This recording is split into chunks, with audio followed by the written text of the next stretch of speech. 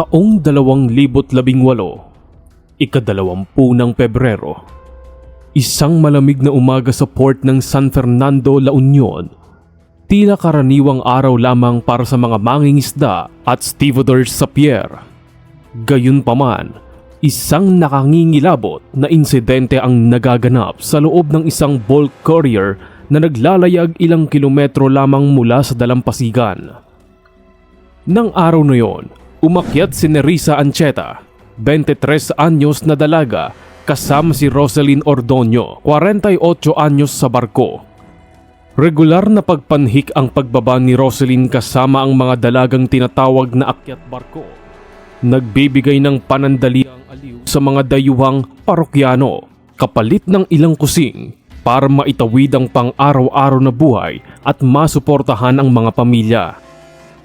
Sa araw na yon, si Nerissa ang isinama ni Roselyn upang kitain ng isang masugid na customer. Ngunit kinaumagahan, hindi na muling nakita si Nerissa. Tanging si Roselyn ang bumalik sa pangpang. Bit-bit ang katahimikang hindi maipaliwanag. Ano ang misteryong bumabalot sa pagkawala ni Nerissa at ano ang kinahinatnan ng kanyang kaso? Si Nerissa Ancheta ay panganay sa 3 magkakapatid. Lumaki siya sa tabing dagat sa Bauang La Union, sanay sa amoy ng lansa at sa mga hampas ng alon sa dalampasigan. Ang kanyang amang si Roberto Ancheta ay mangingisda, habang ang inang si Roda ay nagtitinda ng daing sa gilid ng highway. Napakahirap ng buhay at kahit na anong kayod ng mga magulang niya ay halos hindi ito sumasapat sa kanyang pangangailangan. Maagang nahinto sa pag-aaral si Nerissa at sa edad na 18 nagtungo siya sa lungsod ng San Fernando upang magtrabaho. Doon ay namasukan siya bilang kasambahay sa isang tiyahin, ngunit hindi rin siya nagtagal sa ganitong trabaho dahil sa kakarampot na kita at sa ilang hindi pagkakaunawaan.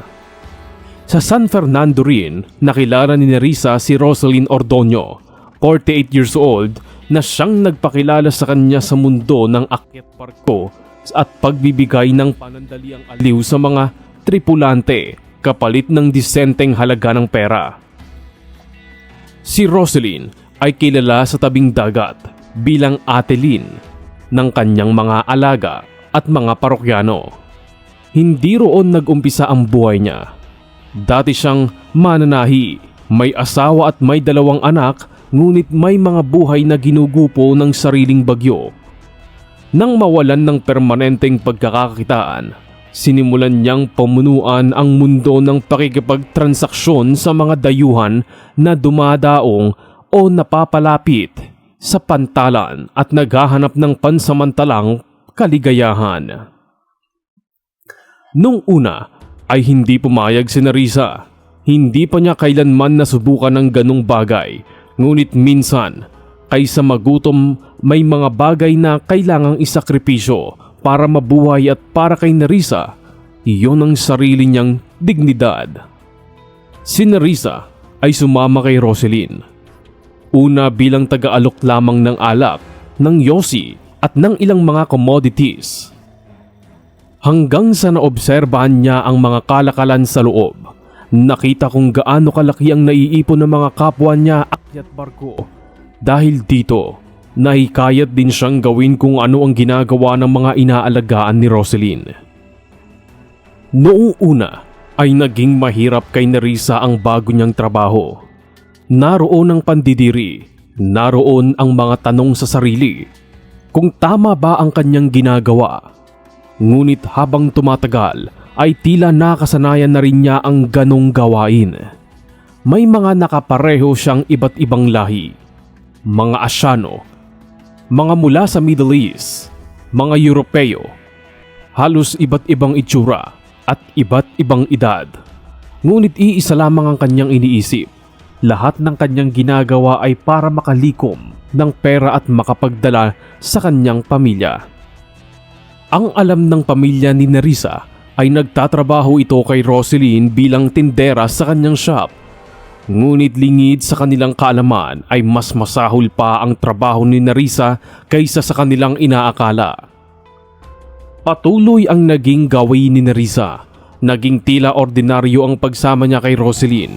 Ang pakikisalamuha sa iba't ibang tripulante na kadalasan ay nakakalimutan din niya ang mga pangalan at itsura hanggang sa makilala niya si Sergei Volkov, Ukrainian, 35 years old, isang first officer ng Panamanian flag bulk carrier. Hindi katulad ng iba, si Sergei ay nagpakita siya ng kabaitan at concern sa dalaga. Ngunit lumalim ang ugnayan, hindi na pera ang usapan. Nagkaroon ng mga pangako. Mga gabing puno ng kwento tungkol sa pagod, pangarap at paglayo sa sakit ng nakaraan. Si Sergei ay minsang nagsalita tungkol sa pagdadala kay Nerissa sa Ukraine. Isang simpleng pangako na naging tulay ng paniniwala. Habang nasa relasyon kay Sergei, hindi tumigil si Nerissa sa pag-akyat sa iba pang barko. Hindi dahil sa walang saysay ang pangako ng lalaki, kundi dahil ang buhay ay hindi nakadepende sa salita. Kailangang kumain, kailangan magbayad ng renta, kailangang magpadala sa pamilya. Hindi ito alam ni Sergei. Nang bumalik ang barko ni Sergei sa kanilang kumpanya matapos ang rotasyon, sumailalim ang mga tripulante sa annual medical examination, isang requirement ng kumpanya. Doon niya nalaman ang diagnosis na magiging ugat ng lahat, HIV positive. Walang ibang babae sa loob ng mahabang panahon. Wala siyang ibang naging kapareha kundi si Nerissa, kung kaya't natitiyak niyang sa babaeng ito niya nakuha ang sakit. Ang pangarap niya ay biglang nawala, ang pag-ibig niya ay naging galit. 3 buwan ang lumipas mula nang huling makita ni Nerissa si Sergei sa pantalan. Walang mensahe, walang tawag, wala ni isang senyalis kung babalik pa ang barko. Sanay na siyang may mga lalaking dumarating at umaalis sa buhay niya. Ngunit kay Sergei ay may kakaiba. May hinahawakan siyang pangako. Kahit alam niyang mahirap pang paniwalaan, ng mga panahong iyon ay wala rin siyang ideyang dala ang sakit na maghahatid din sa kanya sa huling hantungan. Nang sumapit ang petsa ng muling paglayag ng bulk carrier patungong Pilipinas, naging mabigat ang bawat araw para kay Sergei. Pebrero 2018, muling binaybay ng barko ni Sergei ang karagatan na sakop ng La Union. Ngunit hindi na siya ang lalaking nakilala ni Nerissa. Mula sa isang mensahe ay ipinagbigay alam ni Sergei kay Roselyn na gusto niyang makipagkita kay Nerissa. Kapalit ng inaasahang kita, naging normal ang tugon ni Nerissa sa kahilingang ito. Itinakda ang pagkikita ni Sergei at Nerissa noong February 12, 2018. Lulan ng maliit na bangka, binaybay ni Roselyn kasama si Nerissa at ng bangkero ang dagat patungo sa nakatigil na sasakyan bandang 1:00 ng madaling araw. Sa nakaabang na hagdanang yari sa bakal at makapal na lupid, inakyat ni Roselyn at Nerissa ang barko habang naghihintay ang bangkero. Nagpaiwan si Roselyn sa isang bahagi ng tanker habang tinahak ni Nerissa ang cabin kung saan naroon si Sergei. Sa loob ng cabin, sa ilalim ng malaram na ilaw, nakita ni Nerissa na naghihintay si Sergei, ngunit may isang bagay na nagbago sa pagtingin nito. Hindi na yon ang mga mata ng lalaking nagpakita ng pagkalinga sa kanya noon. Walang pananabik tulad ng inaasahan niya mula sa lalaki. Ramdam ni Nerissa ang pagkailang, ngunit ipinagpatuloy nito ang kanyang pakikipag-usap kay Sergei. Kinamusta niya ito at tumugon naman ang lalaki bagamat walang amor. Pagkatapos lamang ng ilang saglit ay tumalikod ang lalaki at may kinuha sa ilalim ng kanyang unan. Samantala, ang labas ng cabin ay karaniwang puno ng ingay. Tunog ng makina, mga yabag ng crew at ugong ng karagatan habang nakaupo si Roselyn sa maliit na kantina ng barko. Narinig niya ang mga mahinang tunog ng sigaw na pamilyar sa kanya. Sa mga oras pa lang yon ay nakikipagbuno na si Nerissa para sa kanyang sariling buhay. Noon din ay hawak ni Sergey ng mahigpit ang isang patalim. Ito ang ginamit niya upang atakihin si Nerissa. Ang dalaga na likas na mas mahina ay walang nagawa at sa huli, sa kwartong yon ay ginupo siya ng galit ng lalaki at nawalan ng buhay. Habang nagaganap ang komosyon ay dali-daling nagtungo si Roselyn sa direksyon ng silid. Naroon ng matinding kaba at panginginig mula sa malamig na simoy ng paligid at sa kalabog ng kanyang dibdib. Nang dumungaw siya sa bukas na pinto ng silid ng opisyal, doon tumambad ang eksenang kailanman ay hindi niya malilimutan. Ang sahig ay halos maging pula. Nakalugmok si Nerissa sa silid ng kama at hindi na gumagalaw. Sa gulat ay ilang segundo pa itong napatigalgal at hindi nakakilos. Hindi makasigaw si Roselyn sa takot at pagkagulantang. Nang tumingin sa kanya ang lalaki ay saka pa lamang bumalik ang kanyang wisyo. Nakita niyang papalapit sa kanyang pwesto si Sergey. Agad na kumilos si Roselyn. Hindi para lumaban, kundi para tumakbo. Tumalikod siya at kumaripas pababa ng pasilyo, halos matapa sa hagdan ng barko. Ilang tripulante ang nakasaksi ngunit wala silang ideya sa nangyayari o kung mayroon man ay hindi na sila nangialam. Sa bawat akbang, pakiramdam niya ay may hahawak sa kanyang balikat hanggang sa marating niya ang deck kung saan naghihintay ang bangka. Ang bangkero ay nagulat sa itsura niya.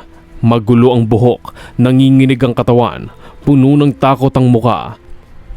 Nang tanungin kung nasaan si Nerissa, hindi na nagpaliwanag si Roselyn at nakiusap na paandarin na ang sasakyan. Ang bangka ay kumawala mula sa gilid ng barko at dahan-dahang lumayo sa ilaw nito.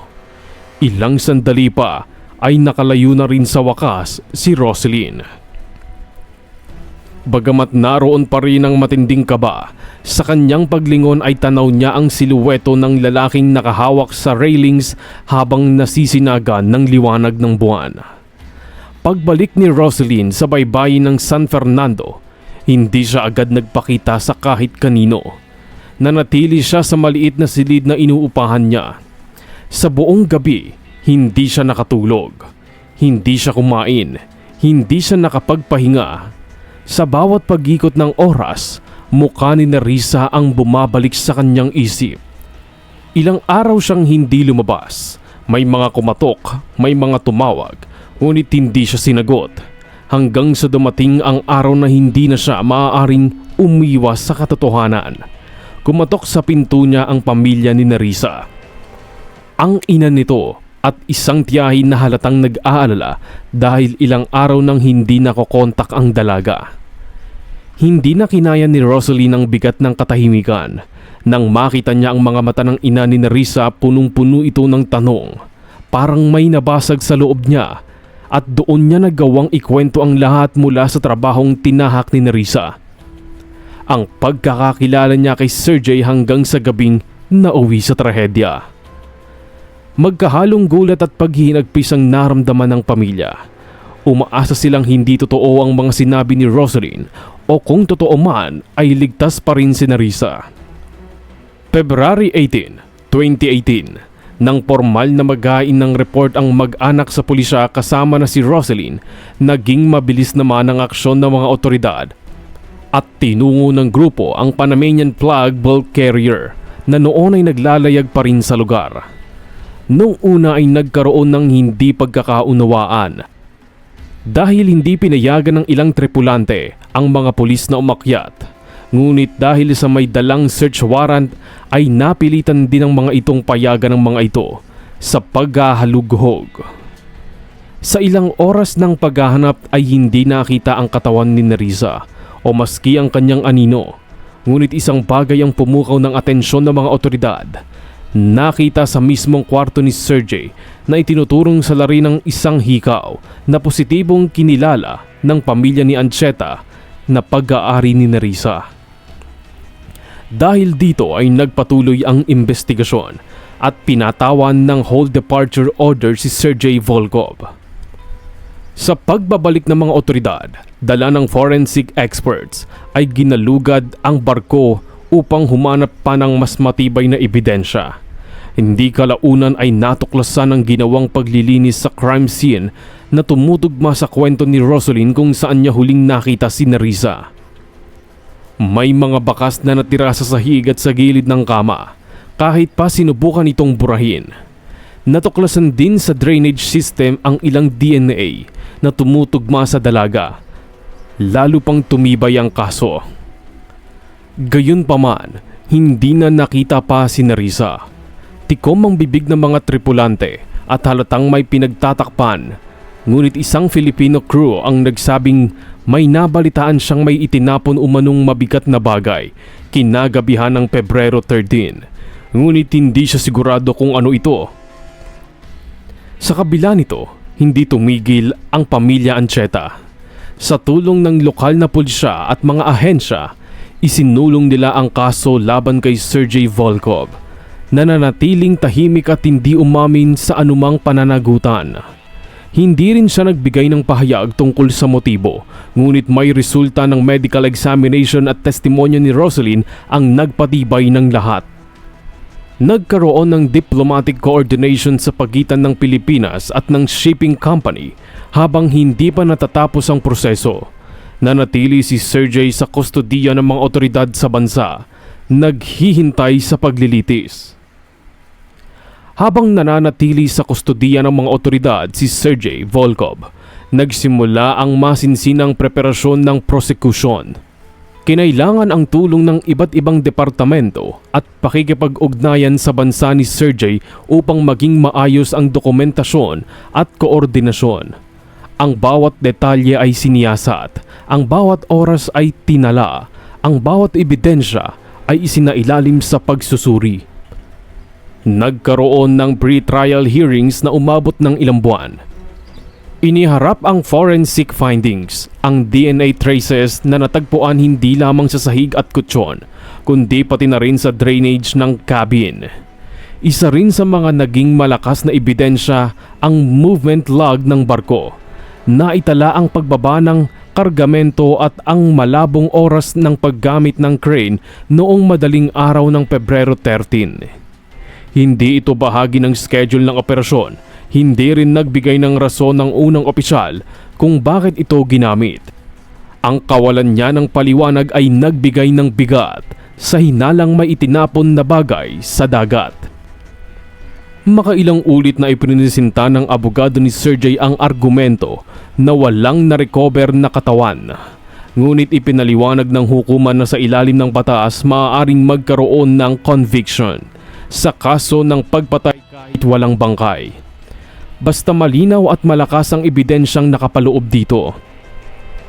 Setyembre 2019, mahigit isang taon matapos ang pagkawala ni Nerissa, ibinaba ng korte ang hatol. Guilty. Si Sergey Volkov ay hinatulan ng reclusion perpetua. Walang posibilidad ng early release at mananatili siya sa piitan sa Pilipinas, malayo sa baybayin ng kanyang bansa upang pagsilbihan ang kanyang sentensya. Hindi na nahanap pa ang katawan ni Nerissa. Ang dagat ang naging himlayan ng dalagang pumasok sa maling landas at hindi na muling nakalabas ng buhay. Si Rosalyn ay tumigil na rin sa pag-akyat sa barko. Hindi na niya kayang bumalik matapos ang nangyaring insidente. Ang pamilya Ancheta ay labis na nagluksa ngunit kalaunan ay tinanggap na hindi na muling maibabalik ang nangyari. Gayunpaman, ang nakamit na hustisya ay inaasahan nilang sapat na upang mapatahimik ang kanilang anak na maagang nawala sa kanila. Sa huli, bagamat nagdulot ng kalungkutan ng kwento, isang aral ang tiyak na iniwan nito sa lahat ng nakasaksi. Ang ating mga desisyon sa buhay ay may kaakibat na resulta. Bawat takbang ay pag-isipan nating mabuti dahil hindi lahat ng pintong nagbubukas ay may dalang oportunidad. May ilan na nagdadala lang ng kapahamakan na katulad ng sinapit ng bida sa ating kwento. Maraming salamat sa panonood mga kakosa.